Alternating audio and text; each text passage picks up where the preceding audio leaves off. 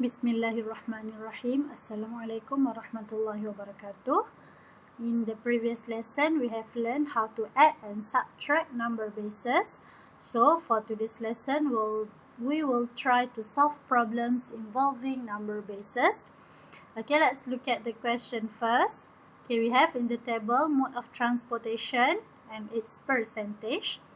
Okay, so apa cerita? The table above shows a study of various ways of 200 pupils going to school every day. Okay, so apa kenderaan ataupun bagaimana cara untuk 200 pelajar ni pergi ke sekolah setiap hari. Okay, so question A, state the number of pupils who go to school by bus and by car in base 4. Okay, dia nak bilangan murid yang pergi ke sekolah dengan bas dan kereta dalam base 4. So, macam yang anda bagi tahu awal-awal hari tu, number yang kita selalu duk mengira every day dalam kita punya daily life, ini adalah base 10. Okay, so sekarang dia nak kita kira dalam base 4. Okay, so before that, kita tak tahu bas ni berapa orang, car ni berapa orang. Kita just tahu dia punya percentage. So, kita kena kira setiap satu lah. So, kalau bus is 25%, kita nak tahu dia punya exact number of pupils, we have to multiply 25% multiply 200, the total number of pupils. So, for bus, we have 50 pupils. Okay, and for car, 40 over 100 times 200. For car is 80 pupils. Okay, so kita dah dapat bilangan student yang naik bas dan naik kereta pada setiap hari untuk pergi ke sekolah. Tapi ni kedua-duanya adalah dalam base 10. Okay, so sekarang dia nak dalam base 4. Okay, so macam mana? Kita nak convertkan base 10 to base 4. Okay, so macam mana? We have 50 base 10. So, I memilih untuk menggunakan, kita ada dua method, division by place value dengan division using base value. Okay, sekarang I nak guna base value.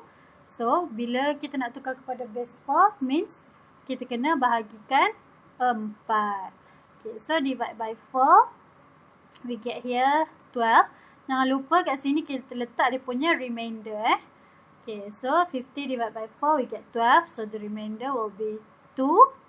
Okay, bahagi lagi, divide by 4. We get 3. And the remainder will be 0. Okay, lagi divide by 4.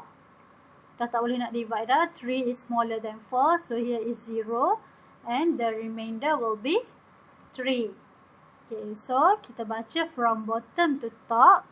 So, untuk bus punya, dalam base 4 is 302 base 4. Okay, for car, car is 80. Okay, sama juga kita nak guna division using base value. So, divide by 4. We get here is 20. Okay, don't forget the remainder here. Okay, so remainder here is 0. Divide by 4.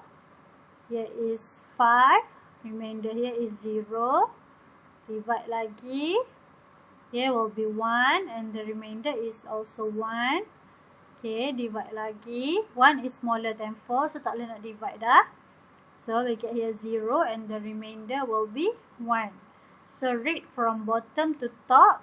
Okay, so we'll get car adalah 1100 base 4. So, settle for question A.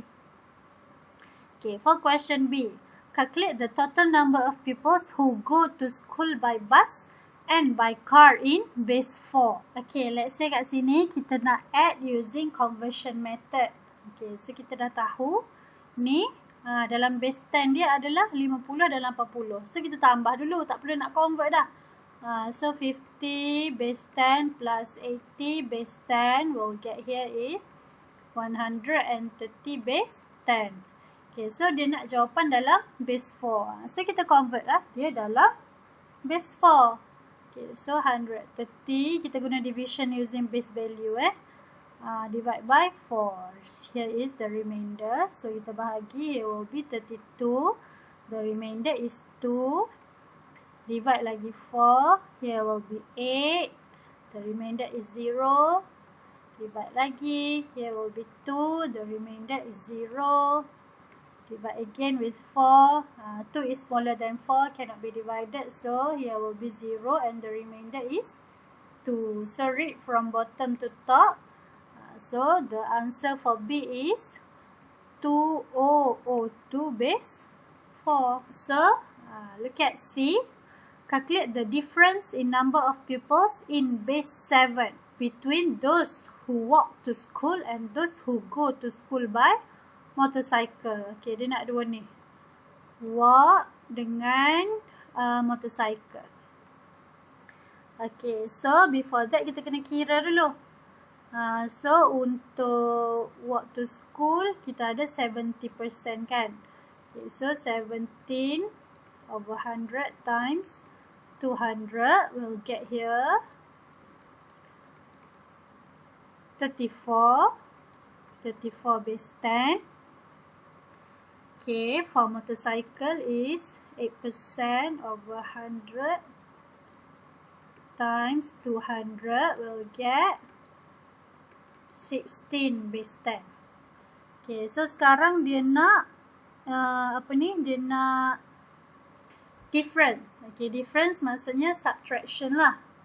Okay, so kalau dia nak difference, kita tolak je lah. Walking dengan motorcycle kan. Okay, so kita guna conversion method. Sebab apa? Sebab dia dah ada dalam base 10. Senang lah. Okay, so 34 base 10 minus 16 base 10 will get here 14, 6, 8. So we have 18 base 10. Okay, jawapan dia nak dalam base 7. Okay, so kita just convert balik ke base 7 using division using base value. So divide by 7. Here is the remainder. So 18 divided by 7. 2.